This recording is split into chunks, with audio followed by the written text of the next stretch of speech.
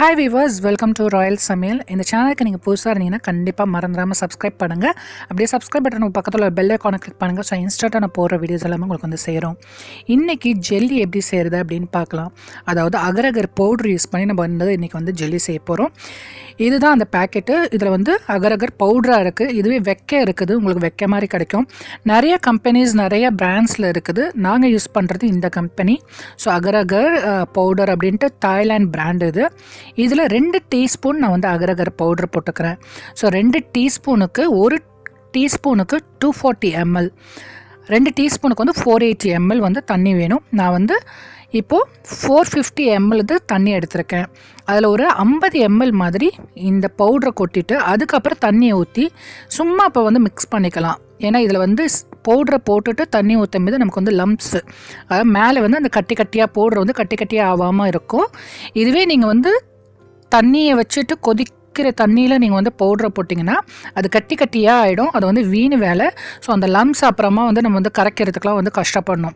எப்போதும் செய்யும்போது ஃபஸ்ட்டு பவுடரை போட்டுருங்க. அதுக்கப்புறமா தண்ணி ஊற்றி சுடு தண்ணி இல்லாமல் பச்சை தண்ணி ஆறின தண்ணியை ஊற்றிட்டு மிக்ஸ் பண்ணிவிட்டு இப்போ நான் அடுப்பில் வச்சு எவ்வளோ தண்ணி நான் ஊற்றணும் அந்த வந்து 100 ml தண்ணி ஊற்றிருக்கேனாக்கா அந்த ஃபஸ்ட்டு அந்த தண்ணி வந்து கொதிக்கிட்டோம்.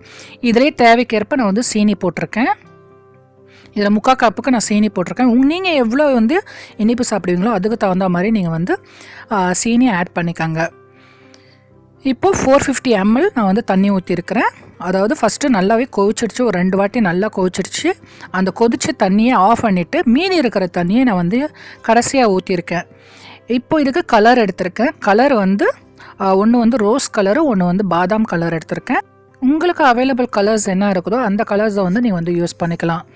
இப்போ 3 பவுல்ஸ் வச்சுருக்கேன். ஒரு இதில் வந்து கோகோனட் மில்க் ஊற்றிக்கிறேன். அதாவது பியூர் கோகோனட்டு, நல்லா திக்கான கோகோனட் மில்க்கு ஒரு 3 டேபிள் ஸ்பூன் ஊற்றிருக்கேன்.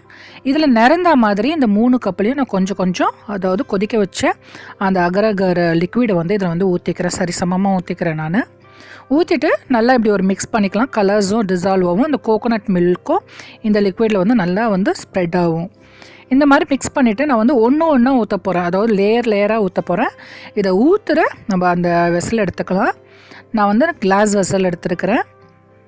ஸோ இந்த வெசலில் ஃபஸ்ட்டு எனக்கு என்ன கலர்ஸ் நான் ஊற்றணுமோ அந்த பேசிக்கில் அந்த லேயர்ஸில் நான் வந்து ஊற்றிக்கிறேன். இதை ஊற்றிட்டு 10 நிமிஷம் நான் வந்து ஃப்ரீசரில் வைக்கிறேன். என்னோடய ஃப்ரீசர் வந்து நாங்கள் வச்சுக்க நல்லா சீக்கிரமாகவே வந்து கூலாகிடும். உங்களுக்கு தகுந்த மாதிரி உங்கள் ஃப்ரீசர் எப்படி இருக்கோ அதுக்கு தகுந்த மாதிரி உங்கள் இது வந்து கூலாகும். ஸோ அது கூலானே நல்லா வந்து கூலாகி நல்லா செட் ஆனதுக்கப்புறமா எடுத்து அடுத்த இதை ஊற்றுங்க. அதாவது சூடாக ஊற்றிடுவேனா, சூடாக ஊற்றுற அந்த இடம் மட்டும் குழி விழுந்தா மாதிரி பள்ளம் விழுந்தா மாதிரி போகும். அதனால் ஃபுல்லாக கூலானதுக்கப்புறமா அடுத்ததை ஊற்றுங்க. ஸோ அடுத்ததும் இதே மாதிரியே 10 நிமிஷத்தில் எனக்கு செட் ஆகிடுச்சு. ஸோ கடைசியாக நான் வந்து பாதாம் கலரை நான் ஊற்றிக்கிறேன். ஸோ பியூட்டிஃபுல்லாக இருக்குது இந்த பாதாம் கலரு. ஸோ இதுவும் ஒரு 10 நிமிஷத்தில் எனக்கு செட் ஆகிடும். செட் ஆனதுக்கப்புறம் நான் காட்டுறேன். இப்போ பாருங்கள், பியூட்டிஃபுல்லாக எனக்கு வந்து கம்ப்ளீட்டாக எல்லாமே வந்து செட் ஆகிடுச்சு. இது ஓரத்தெல்லாம் இப்போ வந்து கத்தியால் கீறி விட்டுட்டு நான் வேறு ஒரு பிளேட்டில் வந்து மாற்றிக்கிறேன். ஸோ மாற்றிட்டேன். ஸோ பியூட்டிஃபுல்லாக கீழே வந்து எனக்கு பாதாம் கலர், மேலே வந்து கோகோனட்டு, அதுக்கு மேலே எனக்கு வந்து ரோஸ் கலர் மிக்ஸ் லிக்விட் இது அந்த ஊற்றினோம்லேயே அந்த இருக்குது. ஸோ பியூட்டிஃபுல்லாக எனக்கு வந்து செட் ஆகிடுச்சு. இது கண்டிப்பாக வந்து ட்ரை பண்ணி பாருங்கள். கலர்ஸ் போட்டு தான் இல்லை, உங்கள் குழந்தைங்களுக்கு வந்து கலர் போடாமல் கூட நீங்கள் வந்து கொடுக்கலாம்.